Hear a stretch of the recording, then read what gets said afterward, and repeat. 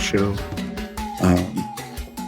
It becomes almost like a empathy gymnastics where you feel so much, where you want to give so much, but you only have so many seats, right? And there's only so many people that you can bring to the table to have their voice heard. So welcome to the Tragedy Academy, a show created to bridge societal divides in a judgment-free zone using candor and humor. My name is Jay. I'm joined today by John Graham, 3 times USA memory champion, Grandmaster, memory entrepreneur, and mentors high performers, including a world record holder. How you doing today, John? Yeah, I'm a little sleep deprived. I've got a newborn baby, but I'm doing really, really well. Happy to be here. Shut the front door. I have a newborn coming on around the 11th of August. So Yeah. this is what I have to look forward to. Sleep deprivation, correct? Yeah. Oh man. When you're in the thick of it, you're like, will this ever end? But I know it'll end soon. So I like to look at things in manageable blocks, and I also like to look at things in who's done it before me and who's been capable of surviving it. Mm-hmm. And when I look at this particular scenario, first of all, I can tell you there's a lot of people that have handled having a kid up through whatever time frame, right? And we know that there's some real dodos that have allowed people to survive or have brought children into the world. Mm-hmm. So I'm telling my wife, I'm like, all right, look, I'll give her examples. I'm like, you know this person? Like, they did it. And she's like, yeah, I guess you're not wrong. I'm like, so there we go. Yeah. Right. And then I look at the time cycle. I'm like, all right, these babies sleep like 18 hours a day, but it's in increments. And I'm like, usually like 3 hours. I'm like, okay, I can handle that. 3-hour blocks. All I have to do is prepare for a 3-hour block, a 3-hour block. I like your thinking. I did the same thing, but don't tie yourself too much into expectation, because then you get your third child is the one that doesn't sleep. And that's our current scenario. She has to be held to fall asleep. Oh, so no. it's I mean, nice, that's good and bad. Yeah. Yeah. You don't get anything done that you think you will. So. Oh, man. Well, see, I'm fortunate. Our studio is here in my home. And I also, my wife works from home. We have a pretty large place. So we'll both be here throughout the day. My mother-in-law is nearby. So we're going to have support from an Italian farm, born lady. Good. That, is able to cook your entire kitchen in 10 minutes. Good. So good I'm hands. excited to have them here. And I'm excited for you, a newborn child. That's something to celebrate. Yeah. Well, cheers to us, and cheers to you for the upcoming. And thank you. We're both going to be amazing dads for sure. I believe so.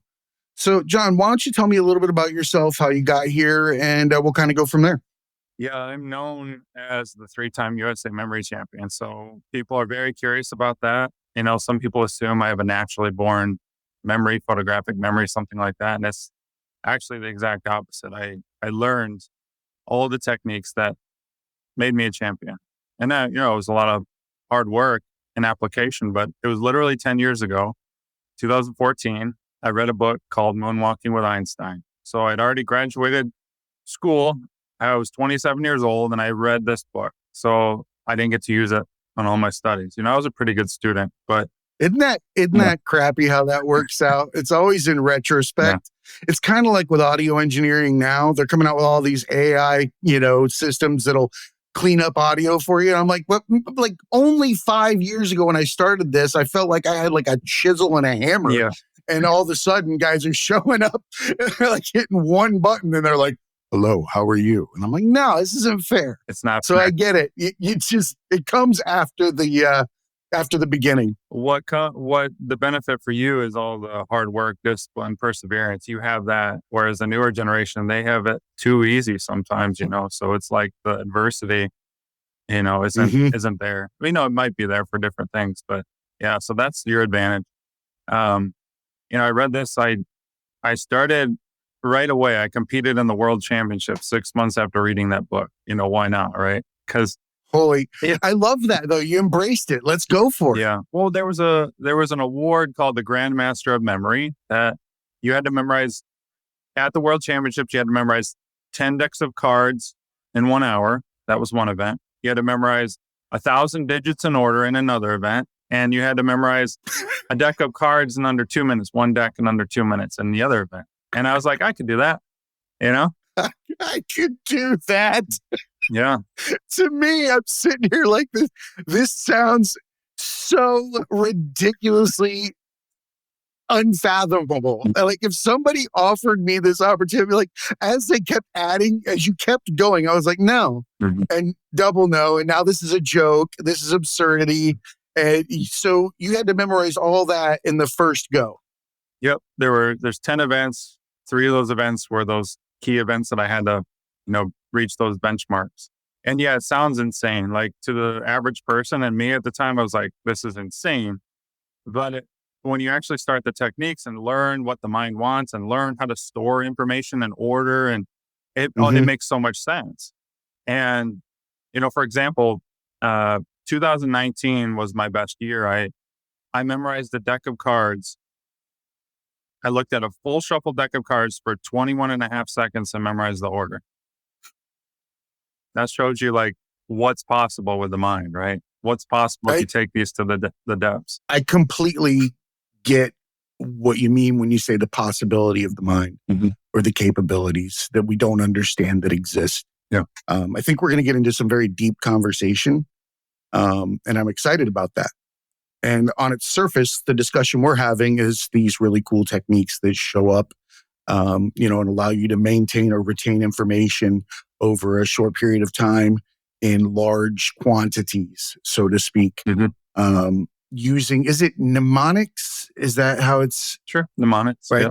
Yeah. Right. Techniques. And not necessarily that's what you're doing right now, or that's the only thing you do or something like that. But I just know in general, that's the term used for what I used to do in the military for like boards and things like that. And then you realize when I was reading through this, these techniques, I was like, oh, well, I've been doing this since the dawn of time. And it was, things like, how to treat for shock. And I always had something in the back of my head that was, as soon as I saw it, it's Pelkrin. It's position, elevate, locate, or, locate, position, elevate, loosen, climatize, reassure, and notify. It's always there in my head. And I've done that my entire life. Grabbed, like even my passwords. Like my passwords are long, ridiculous sentences with, different punctuation and capitalization and use of like special keys in ways that I will only remember by doing it with a sentence. And I'm guessing that's something similar to mnemonics from what I could understand. Yeah, that's a strategy of acronym where you're chunking a sentence into like the first letters of that sentence into a password, right? So it's easier. You're making something memorable by making it a story or an association to link it, right? You're making it condensed and then you're associating it with something to remember it. Yeah, so it's beautiful technique. It's me fighting my ADHD and my own memory issues that I've had throughout life. Okay. And I feel like it's a way to store things longer.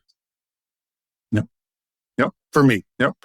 100%. So let's talk about what having a great memory or these techniques can reveal to somebody over time, say with scenarios like synchronicity or pattern recognition and things of that nature, and how it allows you to access a different space in the mind and give you a different perspective on reality. Interesting question. I mean, what comes to me is I'm constantly looking at information and turning it into an association, something I already know. So, for example, numbers. How the heck would you remember numbers, right? You have to turn a number into something meaningful. So I use a language called the major system. And follow me here. Each digit is a different sound, consonant sound. So 0 is S, 1 is T, 2.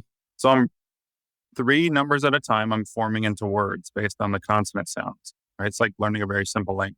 And I turn that word into an image, right, to store that number, right? So 357 is milk, M, L, K. Those 3 sounds make milk. So what I'm getting to is whether it's a word, whether it's a deck of cards, numbers, I'm looking at that information, image, like even your name, Jay. blue jay, boom, image, right? Association. So the more you train your brain to do that, the more you are able to notice patterns, right? Because you're seeing the world in a different way. You're actively looking at the world. So if I'm looking at sequences of numbers, I can notice patterns. I was just teaching someone yesterday to memorize poker charts, like scenarios of fold and Mm. raise and all this, like insane. And we're just seeing patterns in the charts because we're breaking it down and looking for those ways to chunk it, like you're doing with acronyms. So I think just by forcing yourself to look at the world in a different way, look at information in a different way, you're seeing patterns all over the Mm. place. The forced recognition, I like to show the way that it's actually mindfulness. Yeah. Without even realizing it's Yeah. mindfulness. I think that there's so many different approaches to how we can have these epiphanies or understandings about reality. Some people will come to an understanding via meditation.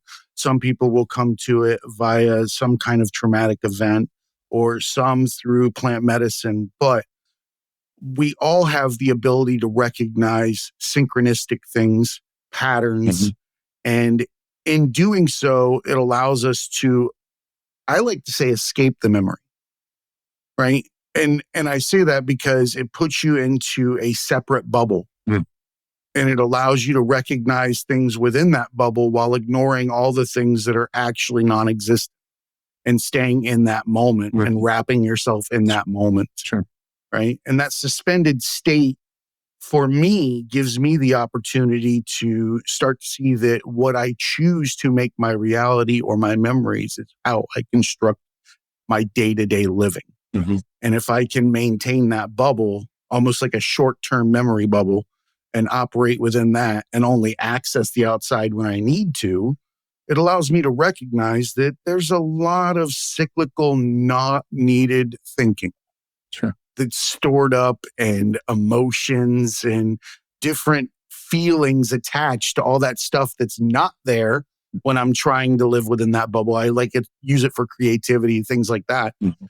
And as soon as I allow it to come back in, it's a whole different world. Mhm. So with someone like yourself, I've listened to some of your different interviews. Um, I like to see how past people we've had on the show have had different approaches in their life to where they're at this stage, and then see someone else coming in from another direction, but still have those core items that they're focusing on. And I gotta say, for me, it's always been now.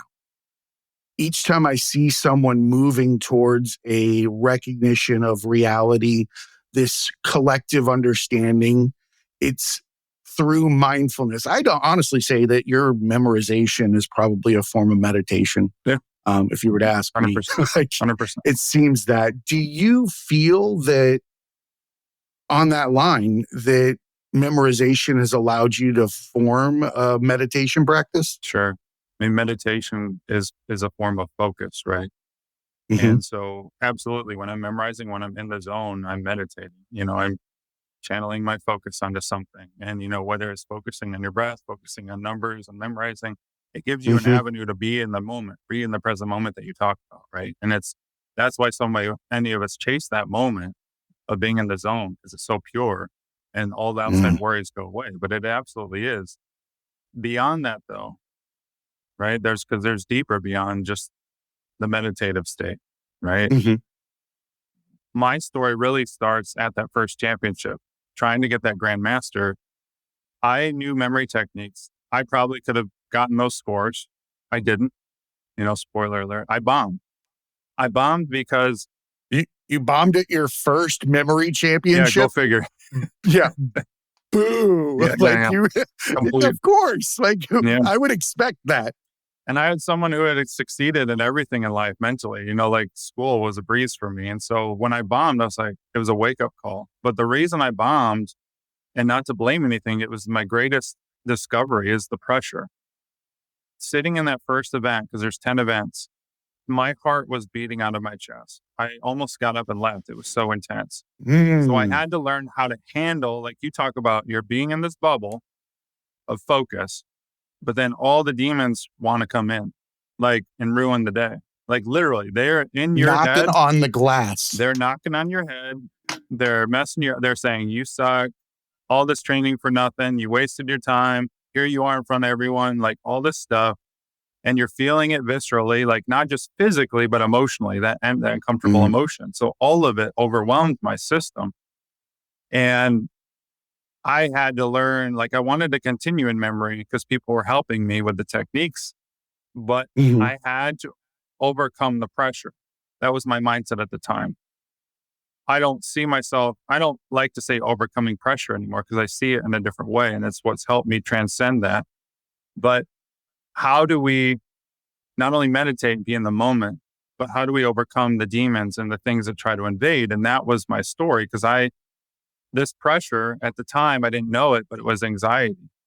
It was chronic anxiety. It developed into panic attacks. And those are some of my demons that I had to overcome. So in Mhm. my ascent to the top of memory, in entrepreneurship and as a father, all of my stuff came to the surface.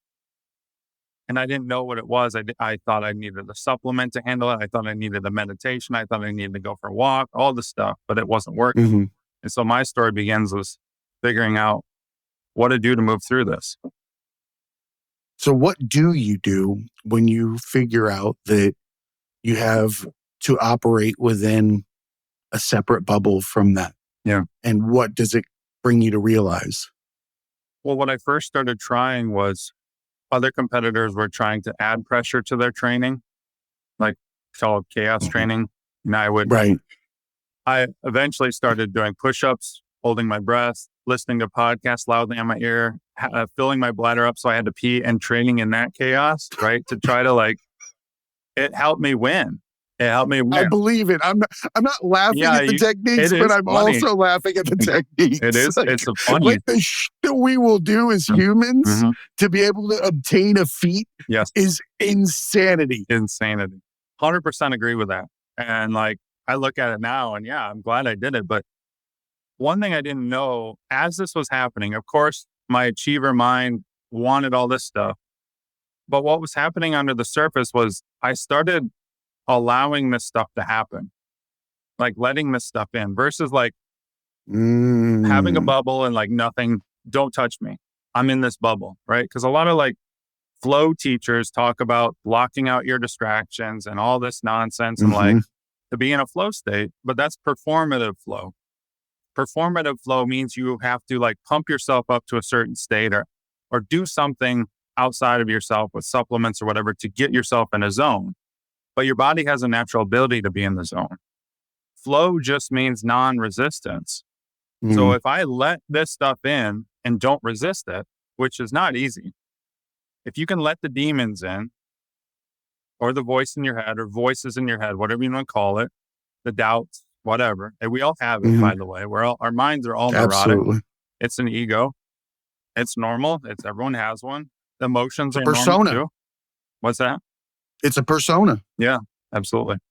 Yep. We've created it. And if we understand it, it can help ourselves free ourselves from it, right? If you understand what the voice in Mhm. your head is, then you can look at it.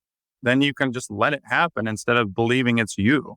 And that's why a lot of people struggle with it. Most people, because they believe it's them, they like suck so much into it instead of like sitting back and watching it, understanding what it Mm. is. And we could talk about what it is. Um, but I started allowing this stuff to happen. Okay, cool. My heart's racing. Okay, cool. I feel uh, butterflies in my stomach. Okay, cool. My mouth's going dry.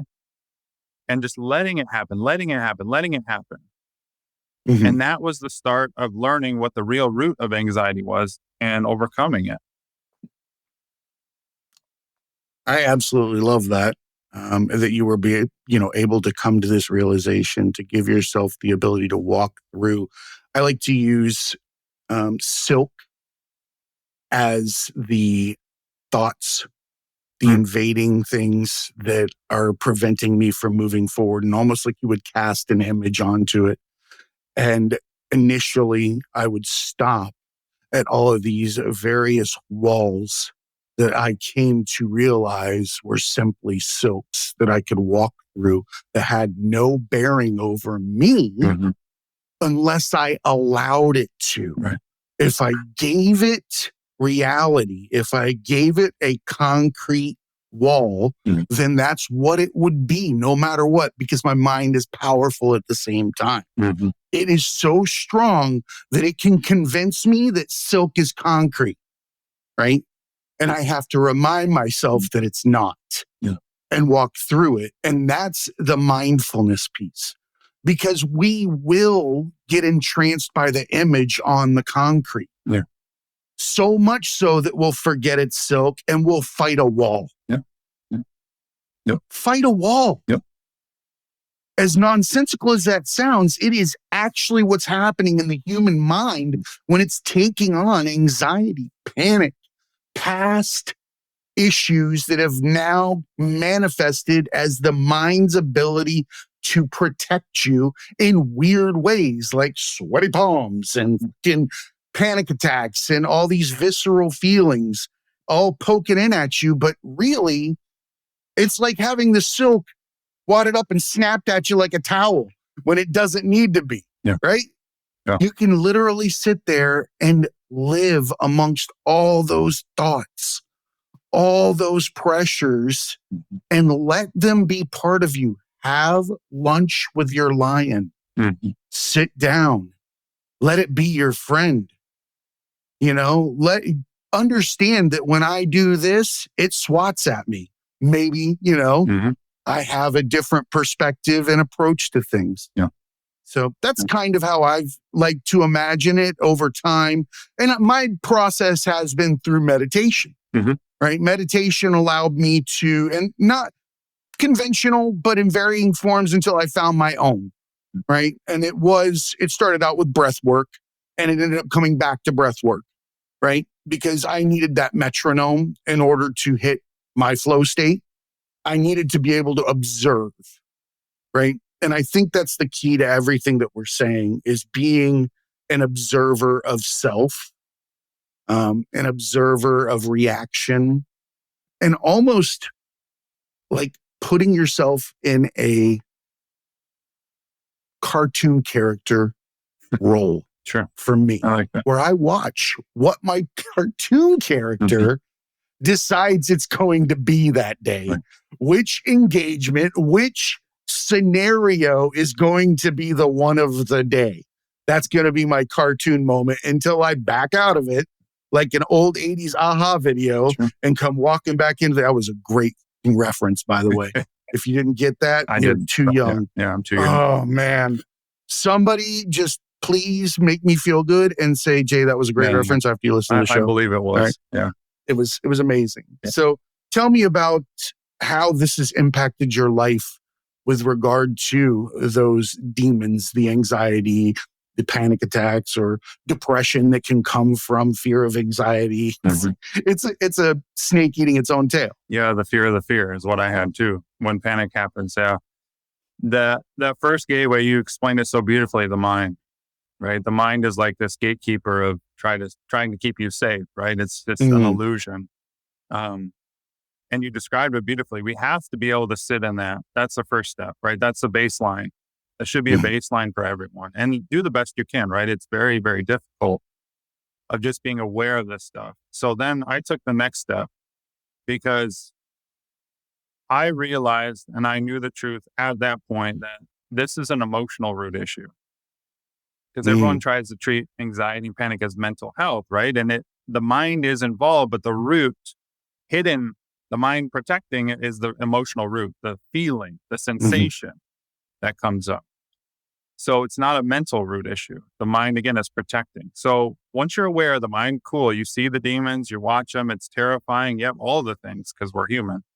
Now you step into the emotional realm. And what I discovered I didn't discover this. I'm not some guru. People have known about this for thousands of years, but we have stuffed emotions inside of us over time. So every experience that we've ever had that we couldn't handle at that moment is still inside of us. And those moments are being, like you said, poked. I use that word all the time. So if someone cuts you off in traffic, you get poked, anger comes up. You get a bad email, you get poked, anxiety, whatever. They're poking old stuff that's coming to the surface, right? Think of like people who need drinks. I'm not judging here, but if you need a drink, you drink to take off the edge. What's the edge? Keyword is need. This is the edge. Yeah. This is the edge, the stuff that's coming up. We all know what the edge is. It's emotional, but the mind holds it in. So the only way to freedom of anxiety, chronic anxiety, panic, is to let this stuff process out. And the only way to do that is to sit in those feelings and let them do whatever they want to do. And I mean that. And I know, like, oh my gosh, that's terrifying thought for some people, but that only way out is through. Because if we don't feel the feelings that haven't been processed out of our being, the anxiety is just going to keep happening. The panic's just going to keep building. These things will keep happening in your life, and you'll think it's a relationship. You'll think it's an email. You think it's work. You'll think it's something else. But no, it's stuff we've decided to store our whole lives that we haven't resolved. And so I started taking the step of, yes, watching the mind, the demons, but then bringing my attention from the mind into my body and feeling all this nastiness that I've held my whole life and letting it happen. And slowly, over the course of a few weeks, freeing myself from that. That's a beautiful explanation of how you go through that process. And everybody listens to the show will know that there are some analogies that I just absolutely love and hold on to because they do explain things at a very granular level. And what I like to point out is you do store things just like you said. And I like to envision that each person starts out as a length of a rope, right? They have nothing wrong with them. They are just a singular piece of rope. They're capable of anything, right? They're limitless. And as you go through life, you're faced with various hurdles or situations, trials, tribulations, whatever they are, right? And you have a choice at that moment. You can either A, go through it, or B, tie a knot in your rope. Sure. And move on. And what happens is you continue to go through life, death of a family member, loss of a job, being, made fun of, whatever it is. Not. And what happens to a length of rope when you tie knots in it over and over again? Becomes a useless wadded ball of shit, right? It's incapable of doing anything that it wants to, right? Or that its purpose is. Yeah. And for me, I think meditation allows me to sit down with that length of rope and find each one of those problems or past issues that are causing that emotional retention, finding it and undoing that knot, and then getting to another one. But the thing is you have to sit down with your rope. And when you're unraveling that knot, you have to relive it. You have to understand it. You have to see why, and you have to admit to how you contributed, right? Through your own ego, whatever it is, but you get to unravel them. And what's beautiful is everybody knows when you're untying a large knot, there comes a point within that knot as you're unraveling it that it all starts to fall out and becomes super easy. And you get to pull the long pieces and you start to see things and it gets faster and you get to enjoy almost like an ASMR scenario at the end of the knot because you know that you're free again, right? But this time you're just as capable. You still have that same length of rope. And now not just are you able to do things yourself, but you're back to being able to help others.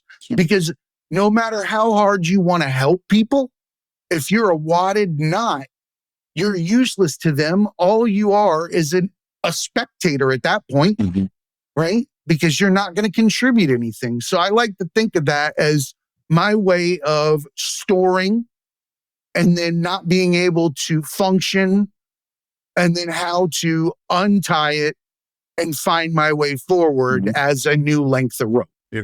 I love that. Like, seriously, that's beautiful. That's a very good way of describing that. And I'll even add to that is, like you said, like, when you relax your body, loosen that rope, some of the knots start coming undone, without your effort. And even like you untie this knot, another one comes untied too. And that jostling. Realizations. Yeah. Realizations, epiphanies. They will come. And they only come through moving through those knots, because we try to mentally force ourselves to overcome limiting beliefs and barriers, when in fact, when we unravel that knot and feel that emotion, we get the realization, because those knots are codes. They're intelligence. They're giving you the next breakthrough. You have to live through it. Yeah. Animals give us the biggest clues. A dog will not hold on to what happened to it. Right? We see it all the time. When you take the leg of a dog, what does it do? It runs off with 3. What's the human do? They write a book.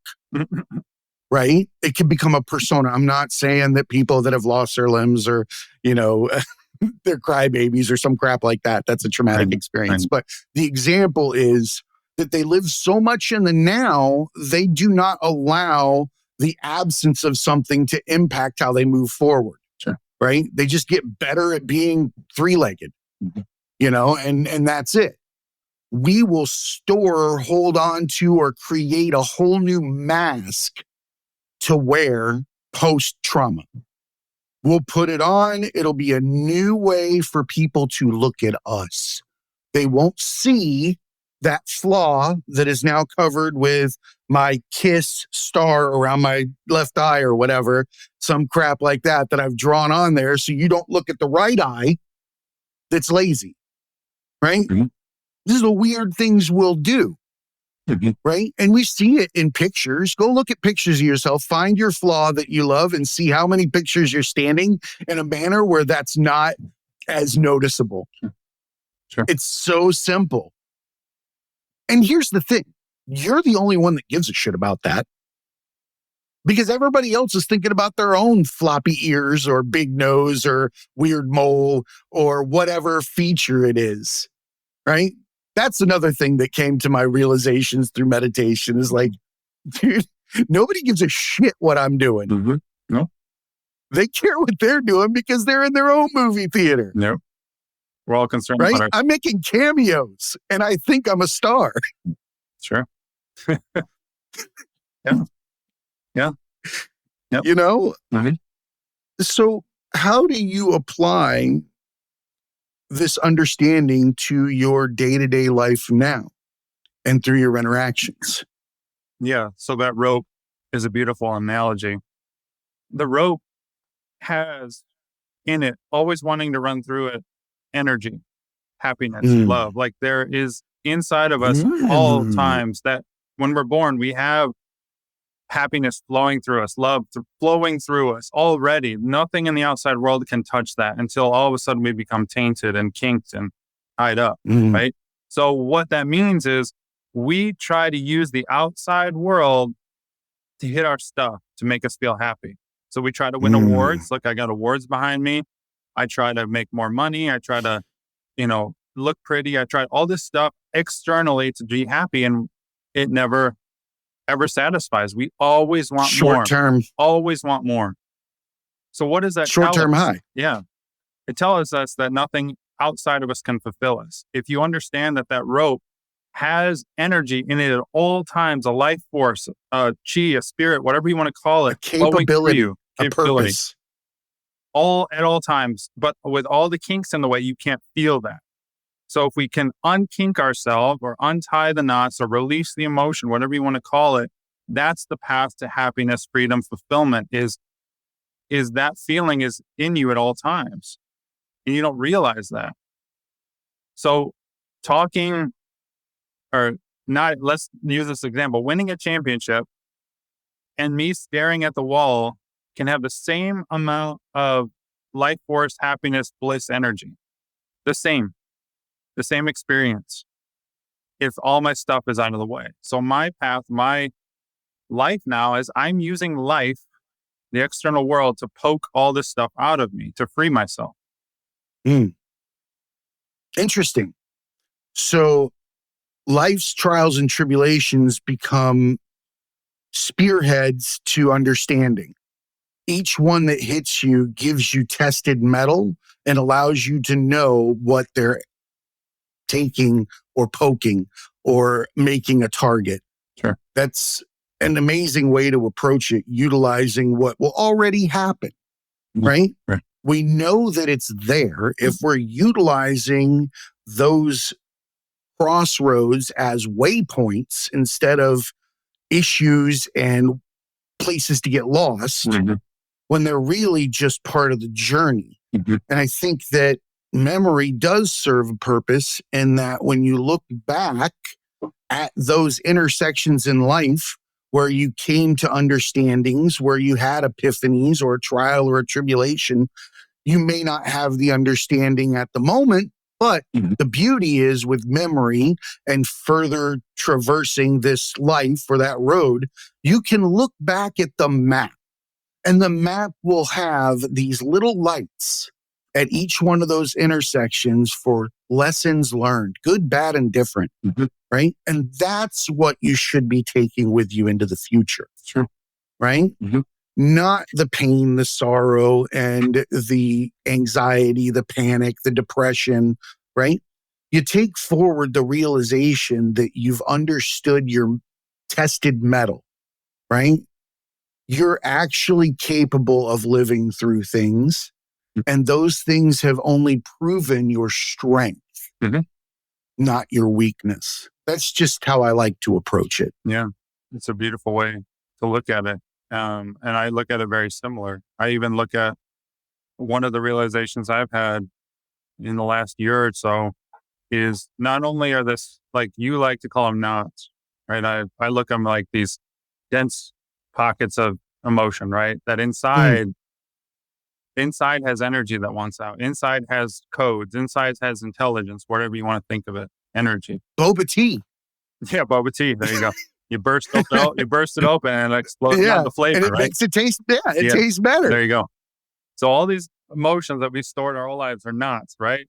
If we can relax our body, if we can allow these emotions to come up and experience them, what happens is not only do we start feeling better and releasing the stuff inside of us, but our potential expands. And you talk about this potential capability. It literally expands your capacity to handle life, and your potential will move out like this.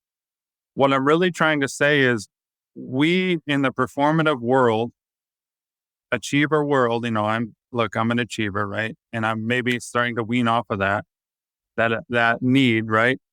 But we try to use performance to achieve everything. We use our mind to achieve what we think we need to feel better because we're not okay on the inside. Why do you think I needed awards? Because I wasn't okay.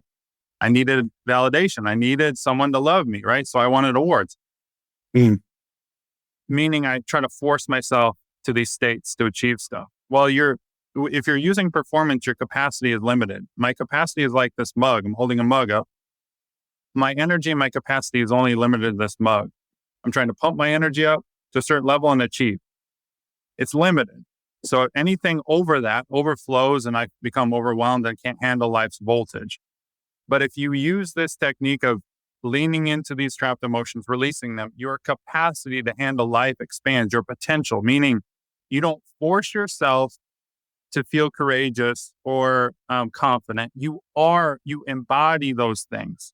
You don't force yourself, right, to perform. You are you already have that in you. So instead of forcing yourself to achieve these things and have these skills and qualities, you embody them. You hold them in your being. Like you see how grounded and certain I am. It's not because I'm lying to you and like forcing myself to manipulate through NLP and like persuade you like the mind, like that's performance. I embody these. Yeah. I know these things to be true. That's why I'm speaking like this because I've authenticity, expanded, right? And so we all have that ability to expand our potential through accessing these. I absolutely love that. And I do think our capabilities expand upon becoming more authentic and living in our purpose. I think what we're talking about is that core person that we're designed to be, our unique self. Yeah. I think once we find that purpose and we begin to act as our authentic self, we become a part of a greater picture, but detailed within ourselves, right? The analogy I like to use is like a painting, right? You could be assigned in life, your purpose is the color black. And the color black is what I love. It's what I know. It's what I do. It's what I live. I wanted to be the color black. I wanted to use it from the time I was born, but I was told black's disgusting. That's not a good color to use when I draw, right? So I could sit there and scribble and draw in every other color to get people to like what I'm putting on paper, only to realize that once I started to use the color black, without shame, and embrace it and sit there and draw and shade and do all those things and then become the observer, I can step back and see that amongst all the people that were standing at that canvas, mine was the pupil of the Mona Lisa.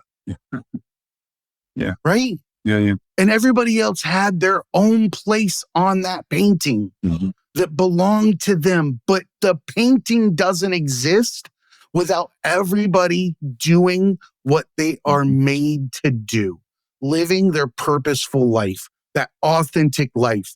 And it allows you to fit into that puzzle beautifully.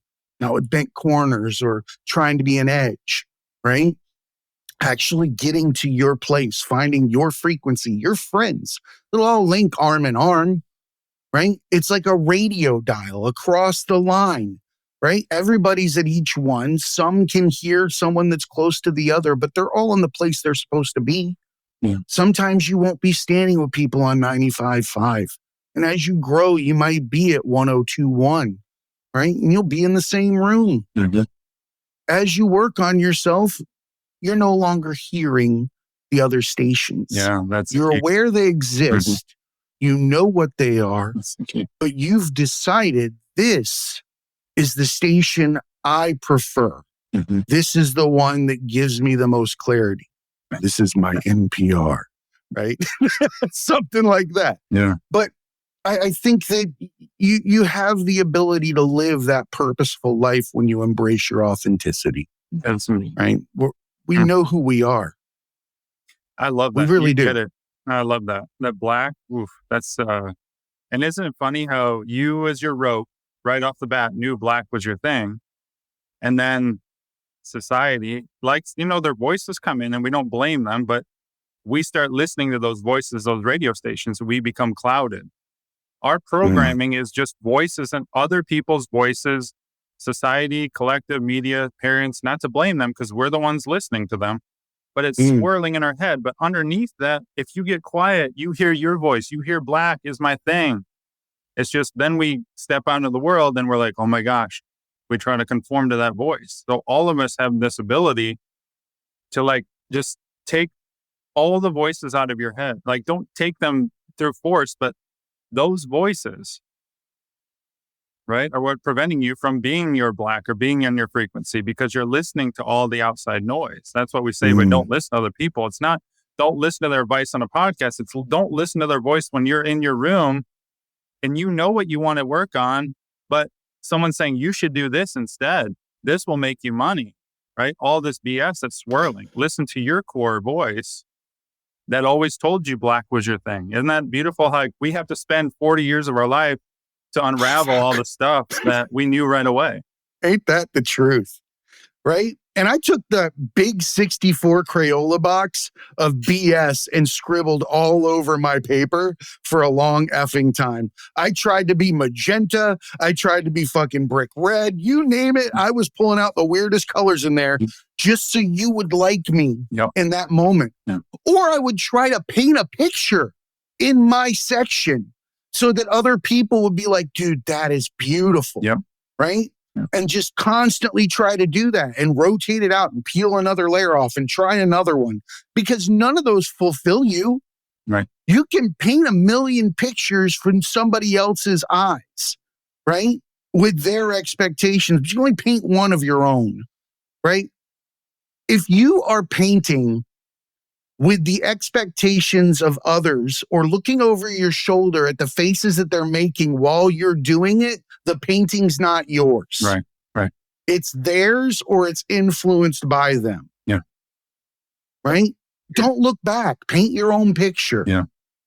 We're doing it because the knot in the rope, we don't want that rope to be felt, that knot, because it's so uncomfortable that we need someone to like us for us to feel happy. But if those knots are untied, we don't need other people to like us because we already feel good inside, untainted. So the reason we want that person to like our painting is because we're not okay on the inside. That's a profound realization that I had to accept. I'm not okay on the inside. That's why I need money, people to like me, awards. And there's nothing wrong with achieving. It did all these things. I laugh because all those hurdles. So I want to be okay on the inside so I can be free and I can paint it black, like the famous song. Great song. My wife loves that song. It's an amazing song. Yeah. Now you got to tell her the analogy. It'll have a whole new meaning. Yes. Oh yeah. I love this black. People need to listen that over and over. It's beautiful because it's so true. It's so true. But we are masquerading in this world, and we all do this, by the way. There's no judgment. But the reason you want all the stuff in this world that's outside of you is because you're not okay on the inside. All the reasons you want to achieve and all this stuff. So let's free ourselves from those knots, from those suppressed emotions so that we can be okay and confident and authentic naturally, because we don't got any knots that are poking us or preventing us. We're good. Be a kid. Yes. Legit, be a kid. Kids are the best at calling reality's bullshit. Yeah. They will ask, why are we doing X over and over again? And then you've got to go, well, because for 5,000 years we've done X. I realize it doesn't mean shit. You realize it doesn't mean shit. We're all going to pretend it means shit, right? And they call this stuff out all the time. Kids are extremely aware. And they also are the first ones that we try to put a blanket over with our own insecurities, right? We try to tell them what they should fear based on what we feared. Yeah. And we instill or install future issues, right? Core wounds, all these things when we're trying to simply protect, right? Yeah. We're putting in that base level programming, right? You can only build the unit, and then after that, it's software, right? So that hardware is being installed. And I'm at this crossroads now where I wonder, how do I raise a child now that I understand that we all have to, have a persona that operates in today's society, a character to some degree, because you're not going to get through certain interviews or financial scenarios, or you have to show up and play the game shows, right? To spin the wheel of life at Chuck's Wheel-O-Rama, whatever, right? You're spinning all these things and you're going through them, but you don't need to get any kind of fulfillment out of them. That you are pure the way you are. You're perfect in your own right. And that's something that you're maintaining outside of self, that is just a requirement based on how we're living as a species, right? I want my son to be aware that he exists with and without, in and outside at the same time. And that he is in control of that. And that when he meets somebody that screams in his face or tells him he's a horrible person or tries to stretch and hurt all of his core beliefs about self, that person is in fact only putting out a mirrored self onto you. I want a child that'll be able to look at someone that says, hey, you moron or whatever, you bucktooth idiot, to look at them and be like, holy crap, that's sad. Mm-hmm. Mm-hmm. Like, this person has something that has made them so upset that they need me to feel pain, Mm-hmm. Mm-hmm. which is not intrinsic to the human experience. To go around stabbing people because you hurt, right? And if I can get him to understand that and see that there's the ability to allow people to feel without taking on their feeling, right? And placing that barrier where you can be empathetic, you can reach through it, but you don't let their emotion through. You recognize it for what it is. I like to use a straitjacket, right? I say, I look at people, and if everybody were walking this planet in a straitjacket and someone decided to scream at me, would I be upset or take offense to what they're saying? No, they're a straitjacket, right? If I go into life with the understanding that everybody is a bit insane or playing make-believe or doesn't understand their reality, then how can I take offense to what the hell they're spewing at me? It should be like them throwing crumpled paper thinking they're rocks. You know, and you can let them believe they're rocks. Oh, whatever, like you do with kids, if that's what they need for the moment. But just know they're throwing wads of paper at you, right? They're the ones that need the release, not you. You don't have to take on the weight of their stones. I'm on fire today. Yeah. Well, your analogies are great. And having a mental understanding of this is very important, right? If you do get hit with that piece of paper and you feel inside, that's normal too. And just allow that feeling to happen, knowing that what they're throwing at you is them. It's their own projection. Their I'm not okay of the world. About your son, he will be that way. He will have the tools because you've already embodied them and done the work. Like it's very clear, right? You do get a toolbox to pass on if you have that beautiful opportunity. A lot of us collect our tools through life, but if you have that box, you can issue it at day one. That's a new level of understanding. That's like journeyman to like master, whatever. And it's not even a toolbox. It's your embodiment. That you are, like I said, you are those things. That's why I teach embodiment now is I'm a parent of 3 daughters. I don't, like, the old way is talking at your kids and lecturing them right and wrong. And like, right? Being the example, not just in what to do, how to wash the dishes, but being authentic and anchored and understanding the world as you do. So when stuff throws at you, how you respond, when they scream at you as a toddler tantrums and how you respond, that is what will show them the way, not like talking at them. And so if you're embodied as a father and you're grounded and you're calm in the face of this, and you talk about your feelings and you apologize when you need to apologize and you're secure in yourself, then they will be too. They will have the toolbox installed in their being through watching you. You don't have to like hand it to them with your hands and like, here's a toolbox of life. That's what everyone's trying to do is here's your backpack. No, they can be that through your embodiment if you do the work.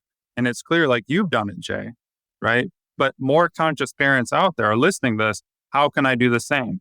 If you do your inner work that we're talking about, your kinks through meditation, through whatever modality you want, or if you work with me and go the way I went, right? If you release your stuff out of the way and you expand your capacity and you embody these traits and qualities by breaking through shame, by breaking through apathy and all these things, then your child will too. That's how we do it. It's not through force of the child, but through our embodiment, they learn.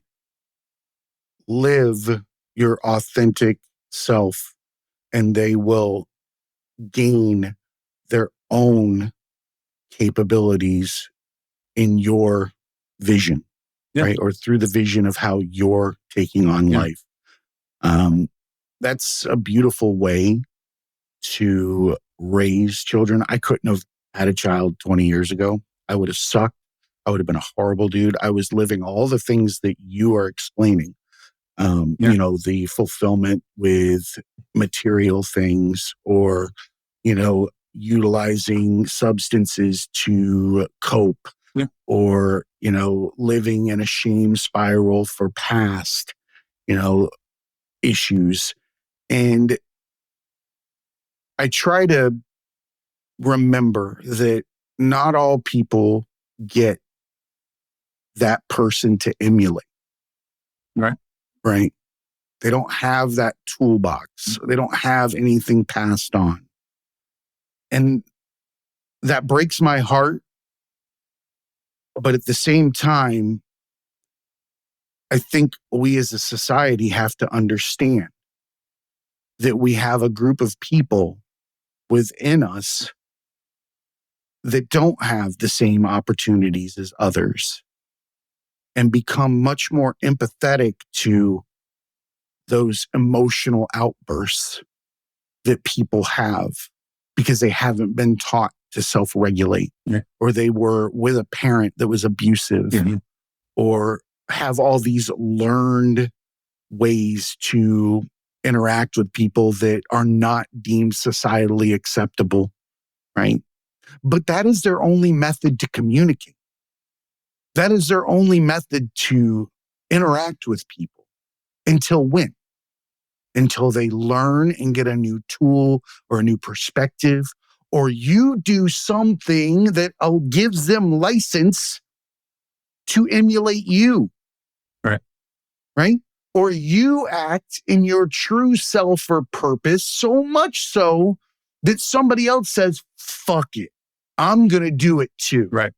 I'm going to try it that way because they look happy. Man, they feel good to be around. Or they're always there living the same way. There's something to be said about being a constant in somebody's life. And if you're the constant that is being authentic and purposeful, know that you are giving them a foundation with which to build their next layer on. Right? Yeah. So I appreciate that you've taken the time to pursue your authenticity, your purpose, and to be a good father and entrepreneur, but also reaching back, right? You're reaching back and bringing other people up to you in the race of life, right? If you give them the tools as you go by, they'll catch up to you, right?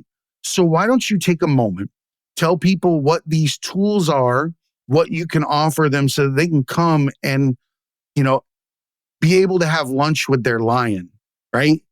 And sit down with you and learn how to live a purposeful and fulfilling life and not be crippled by anxiety and depression and things of that nature. Yeah. So I help people overcome chronic anxiety, resistance, right? Blocks, not through the mind, but through the emotional root, right? So I have a program called Release. Everyone should start at the free guide. So releasepanic.com/free. Go there, download it, and just get started. But what I do is a 3-step process to release this stuff for good, to overcome and expand your potential, right? Literally. That rope needs to be relaxed, regulated. So I teach people how to have a fully regulated nervous system so that this tension can release these emotions and they can process out. That's a must. Like, that's mandatory. I teach people a very simple way to do that, to stay relaxed throughout their day. Don't put tension on your rope. Yeah, no, the rope cannot be tense because that's what's like tension literally holds this stuff in our bodies. When you get angry, you tense up and you hold it in your body. You don't let it out. Like, you don't just think about that. Yeah. Metaphorically, that's beautiful because if you have your hands pulling on either side of the rope, you're never going to be able to untie it. No, it's got to be relaxed and loose. And you've got to be able to let it go. Yes. 100%. If you let go of the tension and the muscles in your body, if you let go of the control of your breathing, you will let go of your mind too, and you will regulate your nervous system, not through force, but your body knows what to do if you relax. It's autonomic. So I teach that because I struggled with that. The second step is unhooking from negative emotions. Every single time you feel something come up, I teach a process, very simple, to relax and to allow, how to focus on that, to process it out for good. So you're releasing and unkinking these knots naturally. And then the third thing is catalyst merging, which how do we release the big boulders, the big knots from our past without digging in the mind through therapy and all these harmful things, is how do we release that from our being?